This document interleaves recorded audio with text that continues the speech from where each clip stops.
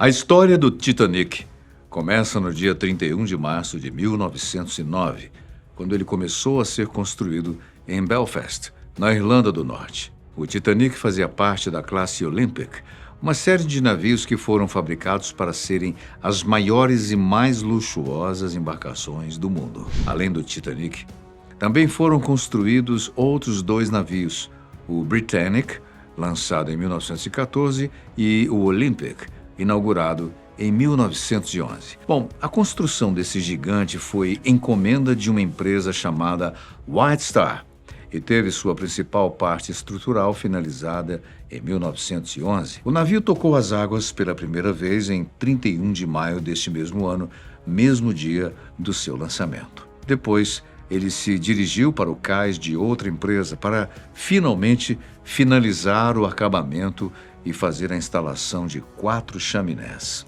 Um fato curioso é que uma dessas chaminés era falsa e foi colocada apenas para dar um pouco mais de imponência ao navio. O Titanic ficou pronto em abril de 1912, com 269 metros de comprimento, mais de 53 metros de altura e pesava incríveis 46 mil toneladas. Toda essa estrutura era capaz de abrigar 3.547 passageiros. Pronto para fazer sua primeira viagem, o Titanic chegou ao porto de Southampton no dia 3 de abril de 1912. Foi preciso uma semana para selecionar a tripulação e carregar o navio com suprimentos. No dia 10 de abril, por volta de 9h30 da manhã, o Titanic, então, partiu para a cidade de Cherbourg. Depois foi para Queenstown, na Irlanda, onde pegou os últimos passageiros e então para o seu destino final, a cidade de Nova York. Não se sabe ao certo quantas pessoas estavam a bordo do navio, mas acredita-se que no total havia 2.224 pessoas, sendo 908 tripulantes e 1.316 passageiros. No dia 12, o comandante do navio começou a receber alertas sobre pedaços de gelo acumulados na sua rota. No dia 13, por volta das 10h30 da noite, uma embarcação indicou que havia uma grande quantidade de blocos de gelo no caminho do navio. No dia 14, os alertas começaram a se intensificar ainda mais. Mesmo assim, o transatlântico continuou seguindo seu caminho. O último aviso foi dado por uma embarcação chamada Mesaba e indicava a presença de um grande iceberg. O aviso também mostrava as coordenadas de onde o grande pedaço de gelo estava. Porém, a mensagem nunca chegou aos oficiais superiores do navio. Por volta das 11h40 da noite de 14 de abril de 1912, quando o comandante Edward John Smith já estava em seus aposentos, um oficial disse a ele que havia um enorme iceberg meio quilômetro à frente. Infelizmente, era tarde demais para tentar fazer alguma coisa. Poucos segundos depois do comandante ser avisado, o Titanic se chocou contra o pedaço de gelo. Alguns especialistas foram enviados para vistoriar a colisão e ver o que poderia ser feito.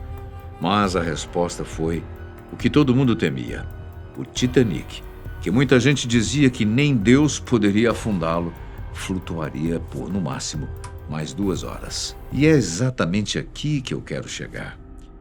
Como foi o naufrágio do Titanic? O que os sobreviventes viram? O que eles escutaram? Foi possível escutar o Titanic batendo no fundo do mar? São muitas as perguntas a serem respondidas. Então, vamos com calma.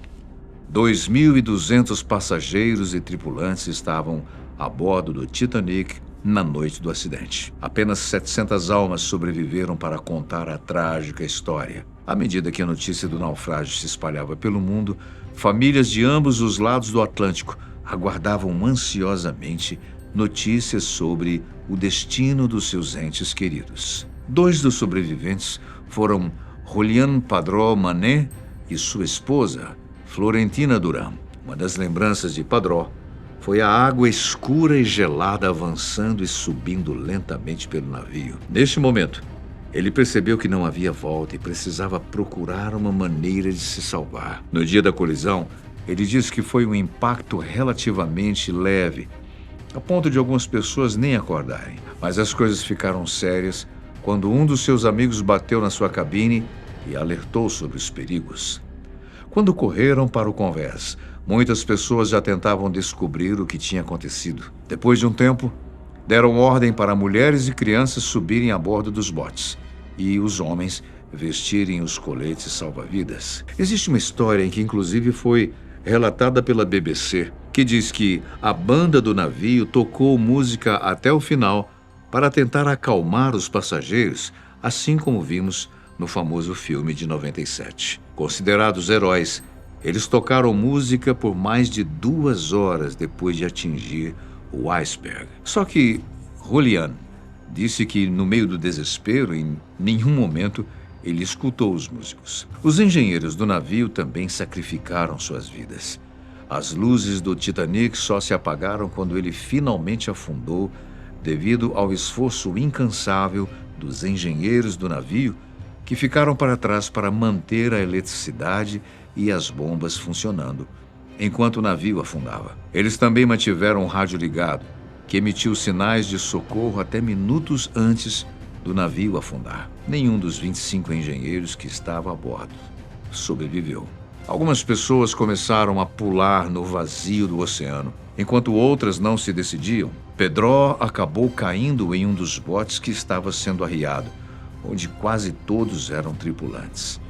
Eles se afastaram rapidamente do navio, que mais parecia uma baleia a ponto de afundar. Julian Padró contou que viu o Titanic submergindo lentamente e depois foi afundando cada vez mais depressa. As luzes se apagaram e as caldeiras explodiram enquanto muitas pessoas gritavam. Após afundar, foi possível ver um redemoinho na água e, de repente, a escuridão tomou conta de tudo. O bote em que Julian estava navegou na escuridão até o dia seguinte, quando foi encontrado pelo navio Carpathia. Bom, essa foi a visão da maioria dos sobreviventes e provavelmente o que eles escutaram foram apenas os gritos de desespero de quem tentava sair vivo do naufrágio. O som do navio trombando no abismo no fundo do mar e tocando o fundo do oceano certamente não foi ouvido por ninguém. Primeiro que os humanos não têm a capacidade de escutar com nitidez debaixo d'água.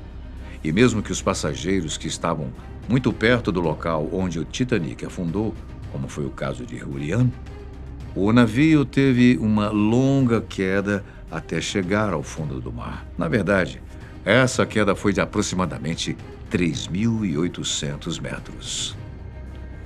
Você pode até não saber, mas nas profundezas dos oceanos acontecem muitos deslizamentos e terremotos. E nós não damos notícia desses acontecimentos porque simplesmente não é possível escutá-los, mesmo que faça um barulho muito mais alto do que um navio se chocando com o fundo do oceano. Além disso, é provável que a água tenha afetado a direção da maioria das vibrações acústicas potenciais. Mesmo assim, alguns sobreviventes relataram ter escutado ruídos aterrorizantes enquanto o Titanic estava se partindo em 2. Provavelmente poderia ser as ferragens se contorcendo. Mas depois que o navio finalmente afundou, a única coisa que podia escutar era os gritos dos sobreviventes e os pedidos de socorro das pessoas que estavam nadando e lutando para não morrer. Uma pergunta que muita gente tenta responder é se era possível evitar o acidente. Os vigias do navio não tiveram acesso a binóculos durante a viagem e, portanto, não puderam ver muito longe. O segundo oficial do navio foi substituído de última hora e tragicamente esqueceu de entregar a chave do armário que abrigava os binóculos do navio. Então, pode ser que todas essas vidas foram perdidas por causa de uma pessoa que esqueceu de entregar as chaves do lugar onde estavam os binóculos. Além disso, estudos realizados concluíram que apenas 37 segundos se passaram entre realmente ver o iceberg, fazer o alerta e decidir que curso de ação tomar. Ou seja, não havia muito o que fazer, a não ser esperar o trágico fim do Titanic e tentar sobreviver. Desde o acidente, inúmeras pessoas tentaram localizar o navio, incluindo alguns milionários sobreviventes. Porém, todas as tentativas falharam. Até que, no verão de 1985, cientistas norte-americanos e franceses usaram uma tecnologia chamada sonar, que localiza coisas através do som. No dia 1º de setembro de 1985, finalmente encontraram os restos do Titanic no fundo do Oceano Atlântico Norte. A descoberta dos destroços também ajudou a desvendar muitos mistérios da tragédia, como o local exato onde tudo aconteceu e o fato do navio realmente ter partido ao meio, pois até então só sabiam que ele tinha partido por causa do relato dos sobreviventes. A proa do navio, ou seja, a parte da frente, estava a 600 metros da polpa. E por estar a cerca de 4 quilômetros abaixo da superfície, os restos do Titanic estavam muito bem conservados quando foram encontrados. Mas depois de tanto tempo debaixo d'água, mesmo estando submetido a pouca luz e pressão intensa, e sendo inabitável para a maioria dos tipos de vida, certas espécies de bactérias que até então eram desconhecidas estão corroendo o metal do casco. E alguns pesquisadores estimam que é uma questão de tempo até que o Titanic desapareça completamente.